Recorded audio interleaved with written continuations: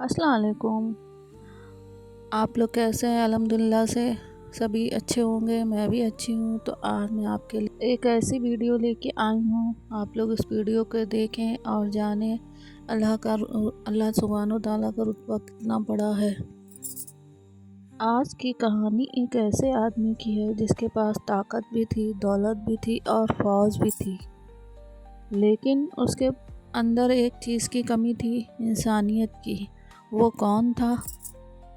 اس آدمی کا نام فرعون تھا۔ یہ مصر کا راجا تھا۔ مصر کوئی ایسی ویسی جگہ نہیں تھی، یہ ان دنوں کی سب سے طاقتور سلطنت تھی۔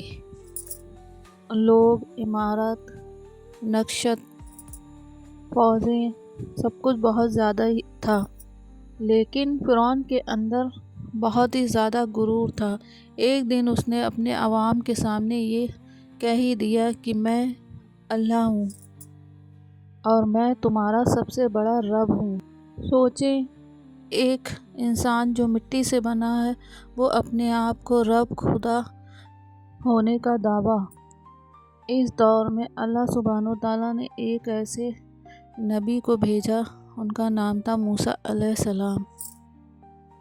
اللہ نے موسیٰ علیہ السلام سے کہا کہ فرعون کے پاس جاؤ، ظلم کو چھوڑ دے اور ایک اللہ کو مان لے۔ پھر موسیٰ علیہ السلام فرعون کے پاس جاتے ہیں اور انہیں سمجھاتے ہیں۔ فرعون ان کا مذاق اڑاتے ہیں۔ فرعون کہتا ہے، موسیٰ، تم جیسا آدمی مجھے نصیحت کرے گا؟ یہ صرف غرور نہیں تھا، تکبر کا زہر بھی تھا۔ موسیٰ علیہ السلام اپنے ہاتھ میں ایک عصا رکھتے تھے، مطلب ایک لاٹھی۔ جب وہ لاٹھی کو زمین پر پٹکتے تو وہ سانپ بن جاتا۔ اگر ہمارے سامنے ایسا ہوتا تو ہم لوگ اپنا ہوش کھو بیٹھتے، لیکن فرعون جب بھی نہیں مانا۔ جب انسان کے اندر تکبر آ جائے تو حقیقت بھی نہیں دکھائی دیتی۔ ایسے ہی فرعون کے ساتھ ہوا۔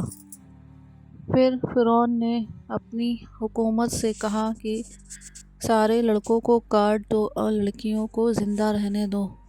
یہ تھا ظلم کا سب سے برا طریقہ اور دلوں میں خوف بیٹھانا۔ لیکن اللہ کے یہاں دیر ہے اندھیر نہیں ہوتی۔ اسی طریقے سے اللہ کے یہاں ظلم ہمیشہ کے لیے نہیں چل سکتا۔ ایک دن موسیٰ علیہ السلام نے اپنی قوم کو لے کر اور فرعون سے بچنے کے لیے سمندر کی طرف رخ کر لیا۔ آگے سمندر اور پیچھے فرعون کی فوج۔ لوگ ڈر گئے اور کہنے لگے، اب ہماری موت پکی ہے۔ موسیٰ علیہ السلام نے سب کو سمجھایا اور کہا، میرا رب میرے ساتھ ہے، وہ ہمیں راستہ دکھائے گا۔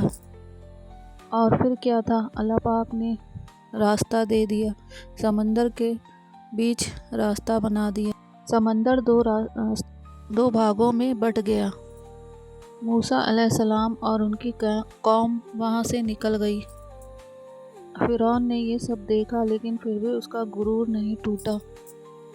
جب وہ بیچ میں پہنچا تو اللہ تعالیٰ نے پھر سے سمندر کو بند کر دیا۔ پھر کیا تھا، فرعون ڈوبنے لگا اور وہ اسی وقت چلایا اور کہنے لگا، میں اللہ کو مانتا ہوں، میں ایک ہی رب کو مانتا ہوں، میں اپنی غلطیاں مانتا ہوں۔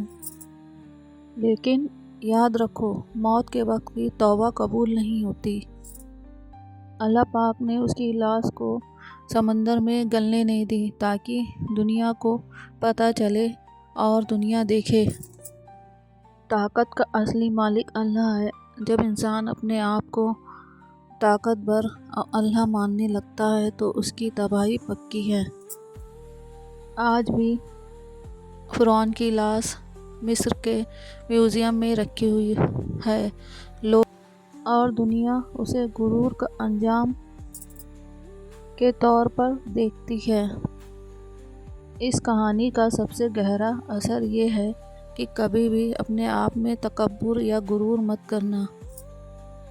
دولت، حکومت اور شہرت سب یہیں رہ جانا ہے، اور آخر میں صرف ہمارے اچھے اعمال ہی ہمارے ساتھ جاتے ہیں۔ یہ ہے آج کی کہانی کا سبق۔ اللہ حافظ۔